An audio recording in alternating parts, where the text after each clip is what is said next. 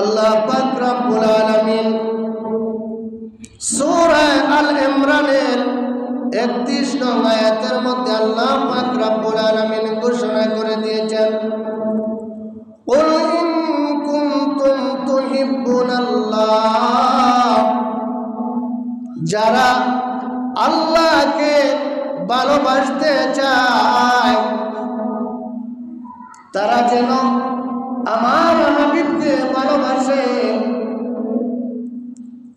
কুল in কুনতুম তুহিব্বুনাল্লাহ ফাত্তাবিউনি ইউহিব্বুকুমুল্লাহ, তারা যেন আমার নবীকে ভালোবাসে, মহব্বত করে। এটা আল্লাহ পাক রব্বুল আলামিন সূরা আল ইমরানের 31 নং আয়াতের মধ্যে ঘোষণা করে দিয়েছেন, যারা আমি আল্লাহকে ভালোবাসতে চাই তারা যেন আমার বন্ধুকে ভালোবাসে, আমার হাবিবকে ভালোবাসে, তাহলে আমি আল্লাহ তাদেরকে ভালোবাসবো। তাহলে আমাদের কোনো সন্দেহ আসেনি যে নবীকে অনেকে বলে নবীকে ভালোবেসে কি হবে, খালি নামাজ পড়লে হবে আর কিচ্ছু লাগবে না। ও দুনিয়ার মানুষ, তুমি যতই নামাজ পড়ো, যতই রোজা করে, যতক্ষণ পর্যন্ত আমার হাবিবের অনুসরণ করো না, আমার হাবিবকে ভালোবাসতে পারো না, ততক্ষণ পর্যন্ত তোমরা প্রকৃত মুমিন হতে পারবে না, ততক্ষণ পর্যন্ত আমার ভালোবাসা অর্জন করতে পারবে না। অন্যদিকে দয়াল নবীজি বুখারী শরীফের হাদিস শরীফের মধ্যে এসেছে, قال رسول الله صلى الله عليه وسلم لا يؤمن أحدكم حتى أكون أحب من والده وولده والناس أجمعين। দয়াল নবীজি উম্মতদেরকে উদ্দেশ্য করে বলেন, যতক্ষণ পর্যন্ত তোমরা আমাকে ভালোবাসবে না, তোমাদের মাতা পিতা, ধন সম্পদ, ছেলে সন্তান এবং সমস্ত মানুষের চেয়ে আমাকে ভালোবাসবে না, ততক্ষণ পর্যন্ত তোমরা প্রকৃত মুমিন হতে পারবে না। আমরা নবীকে ভালোবাসতে হলে এমন ভাবে ভালোবাসতে হবে যে ভালোবাসা তখনই বোঝা যাবে যখন কেউ ইসলামের বিরুদ্ধে কথা বলবে, নবীর বিরুদ্ধে কথা বলবে, তখন কলিজার মধ্যে আগুন লেগে যাবে। যদি নবীর সাথে কেউ বেয়াদবি করে তাহলে তোমার কলিজার মধ্যে আগুন লেগে যায়, তখন বুঝবে তুমি নবীকে অন্তর দ্বারা ভালোবাসতে পেরেছ। আর যদি নবীর সাথে বেয়াদবি করে তুমি অবহেলা করো, তুমি এর প্রতিবাদ করো না, তাহলে বোঝা গেল তোমার ঈমান মজবুত নয়, তুমি ঈমানদার হতে পারো না। নবীর সাহাবায়ে কেরাম নবীকে কত ভালোবেসেছে, নবীকে কতই না মহব্বত করেছে।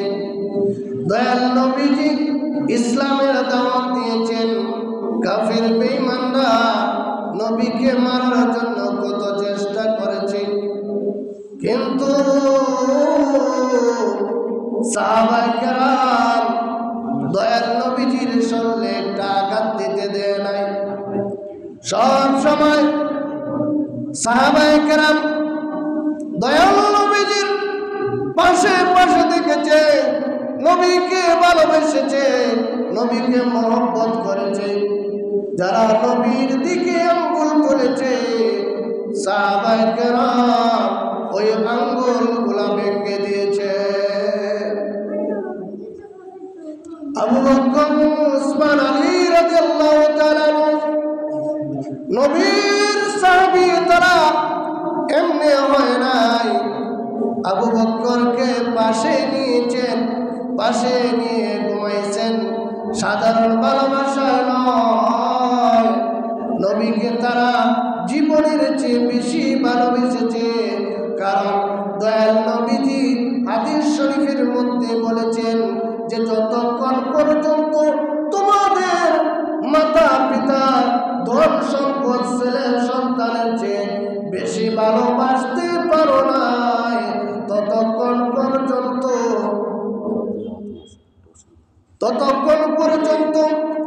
প্রকৃত মুমিন হতে পারবে না। বর্তমানে দেখা যায় যারা নবীকে ভালোবাসে নাই তারা আলেমদেরকেও ভালোবাসে নাই। আগে দেখা যেত হুজুরদেরকে মানুষ ভালোবাসত, হুজুরের হাতে কত শিল্পী উঠে দিত, কানে কানে কিতাব হইত। কিন্তু এখন এই সোল উঠে গেছে, এটা আমাদের হৃদয় কঠিন হয়ে গেছে। কারণ দুনিয়ার ভালোবাসা আমাদের অন্তরের মধ্যে ঢুকে গেছে। ও দুনিয়ার মানুষে যখন আবু বকর রাদিয়াল্লাহু তাআলা ইসলাম ধর্ম গ্রহণ করেন, তখন অনেক স্বর্ণ মুদ্রা ওনার কাছে ছিল, সব ইসলামের নামে বিলিয়ে দিয়েছেন। তারা সাধারণভাবে জীবন যাপন করেছেন। দয়াল নবী যখন বলছেন ওরে সাহাবায়ে কেরাম কিছু দান খয়রাত করতে হবে, বলতে দেরি হয়েছে, দিতে দেরি হয় না। আর বর্তমানে যদি বলি আল্লাহর ঘর মসজিদে দান করো, আল্লাহর রাস্তায় কিছু দান করো, বলতে বলতে মানুষের অন্তরের মধ্যে ধাক্কা লাগে না। মনে করে মানুষ যদি আমার 1000 টাকা থেকে 500 টাকা মসজিদের মধ্যে দান করি তাহলে আমার 500 টাকা কমে যাবে। কিন্তু না, তুমি 500 টাকার বিনিময়ে তুমি জান্নাত তুমি কিনে নিলে। মসজিদের মধ্যে দান করলেন 1 টাকায় 70 থেকে 700 পর্যন্ত তোমার টাকা ডাবল হয়ে আসবে। হয়তো আমরা বুঝতে পারি না। যারা সৎভাবে জীবন যাপন করে, হালাল ভাবে জীবন যাপন করে, তাদের জীবনে কোনো কষ্ট আসে না, কোনো দুঃখ আসে না। যদিও আসে আল্লাহর তরফ থেকে পরীক্ষা করার জন্য আসে, তাছাড়া অযথা কোনো বিপদ আসে না। আর যদি তুমি কোরআন হাদিসের বিপরীতে যদি তুমি চলাফেরা করো তাহলে যে কোনো সময় তোমার বিপদ আসতে পারবে। লক্ষ লক্ষ টাকা এক মুহূর্তে নষ্ট হয়ে যাবে, আগুন লেগে ধ্বংস হয়ে যাবে, পানিতে ডুবে শেষ হয়ে যাবে। কিন্তু যদি আমরা কোরআন এবং হাদিস অনুযায়ী যদি আমরা চলতে পারি তাহলে যদিও কষ্ট হয়, এর কষ্টের বিনিময়ে আল্লাহ পাক রব্বুল আলামিন তোমার সুখের ব্যবস্থা জান্নাতের মধ্যে রেখেছেন। বলেন সুবহানাল্লাহ। নবীর ভালোবাসা অর্জন করতে হলে নবীর প্রতি এমনভাবে ঈমান আনতে হবে যে নবীকে আমরা অনেকে বলে সাধারণ মানুষ, নবী আমাদের মতন মানুষ। যারা মনে করে তারা কখনো ঈমানদার হতে পারে না। একটা কথা মনে রাখবেন, যারা আল্লাহর সাথে বেয়াদবি করে হয়তো আল্লাহ ক্ষমা করে দিতে পারেন, ঈমান তওবা হলে ঈমান আসতে পারে। কিন্তু দুনিয়ার মানুষে নবীর সাথে যদি বেয়াদবি করো আর যদি তোমাদের ঈমান একবার চলে যায় দ্বিতীয়বার তুমি ঈমানদার হতে পারবে না। এই জন্য সতর্কভাবে আমরা নবীর সাথে কথাবার্তা বলতে গেলে বেয়াদবি করা যাবে না। কারণ নবী সাধারণ নবী নয়, দুনিয়ার মধ্যে যত ধরনের নবী আছে সব নবীদের ইমাম হলেন আমাদের নবী। সব নবীর ইমাম হলেন আমাদের নবী। ইমাম অর্থ নেতা, সব নবীদের নেতা হলেন রাহমাতাল লিল আলামিন। ওয়া মা আরসালনাকা ইল্লা রাহমাতাল লিল আলামিন। আল্লাহ পাক রব্বুল আলামিন এই দুনিয়ার রহমত হিসাবে নবীকে পাঠাইছেন। আর দুনিয়ার মানুষ তুমি বলো আমাদের নবী সাধারণ মানুষ, কোরআনের আয়াত উল্টা ভাবে তুমি ব্যাখ্যা করো। নবী কাফের বেঈমানরা নবীকে বলতো আপনি তো আমাদের মতন মানুষ। নবীও বলেছেন আমি তোমাদের মতন মানুষ। নবী তো কোনো জিন নয়, অন্য কোনো জগতের নয়।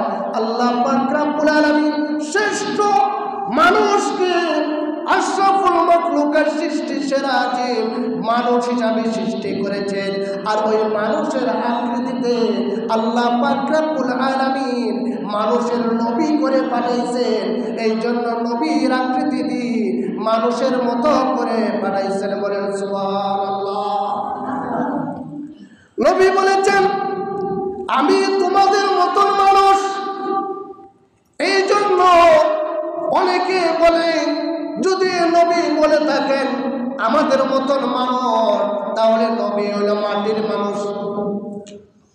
নবী হইলে মাটির মানুষ। ও দুনিয়ার মানুষের নবী তো বলেন নাই আমি মাটির মানুষ।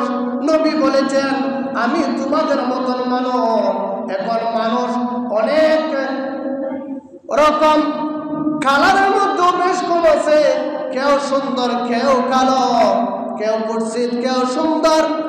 আল্লাহ পাক রব্বুল আলামিন ভাস প্রকারে মানুষদেরকে সৃষ্টি করে দুনিয়ার সৃষ্টি করেছেন।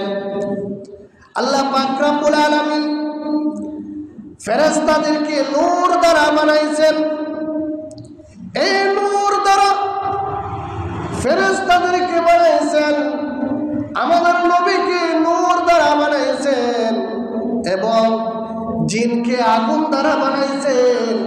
আদম আলাইহিস সালামকে মাটি দ্বারা বানাইছেন।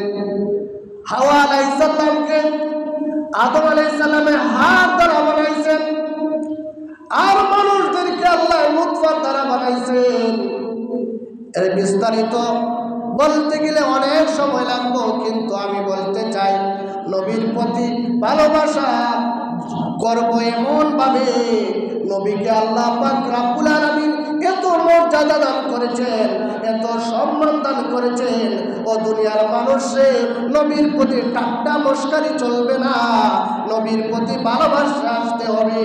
তুমি যত বড় আলেম হও না কেন, যত বড় মুহাদ্দিস হও না কেন, তুমি কোরআন থেকে পাইলা। কোরআন হলো নবী নিয়ে এসেছেন। ওই কোরআনে ওয়াজ করো, আবার নবীর উপর বেয়াদবি করো। তুমি কোরআন কোথায় থেকে পেলে, হাদিস কোথায় থেকে পেলে, কার ওয়াজ করো? দয়াল নবীজির জীবনী হলো হাদিস শরীফ, দয়াল নবীজির জীবনী হলো কোরআন শরীফ।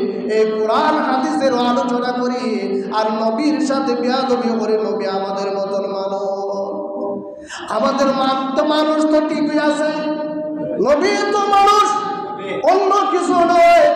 এই জন্য আমরা নবীর উপর ঈমান এমন ভাবে আনতে হবে, আমরা নবীর উম্মত, আমরা নবীকে ভালোবাসতে হবে, নবীর অনুসরণ করতে হবে। আল্লাহ পাক রব্বুল আলামিন পবিত্র কোরআনের যে আয়াতের মধ্যে ঘোষণা করে দিয়েছেন, কুল ইন কুনতুম তুহিব্বুনাল্লাহ ফাত্তাবিউনি ইউহিব্বুকুমুল্লাহ ওয়া ইয়াগফির লাকুম যুনুবাকুম আল্লাহু গফুরুর রহিম। ও দুনিয়ার মানুষে যদি আমাকে ভালোবাসতে চাও আমার নবীর অনুসরণ করো, আমার নবীর ভালোবাসো, তাহলে আমাকে ভালোবাসা হবে আর আমি আল্লাহ তোমাদেরকে ক্ষমা করে দেব। আল্লাহ পাক রব্বুল আলামিন যাতে আমাদেরকে সঠিকভাবে আল্লাহ এবং আল্লাহর রাসূলের প্রতি ঈমান আনতে পারি। যে কালেমাতে ঈমান আনতে হলে লা ইলাহা ইল্লাল্লাহ মুহাম্মাদুর রাসূলুল্লাহ, যেখানে আল্লাহ সেখানে মুহাম্মাদুর রাসূলুল্লাহ সাল্লাল্লাহু আলাইহি ওয়াসাল্লাম। আল্লাহ পাক রব্বুল আলামিন আমাদেরকে বুঝার মতন তৌফিক দিতেন। সবাই বলেন আমিন।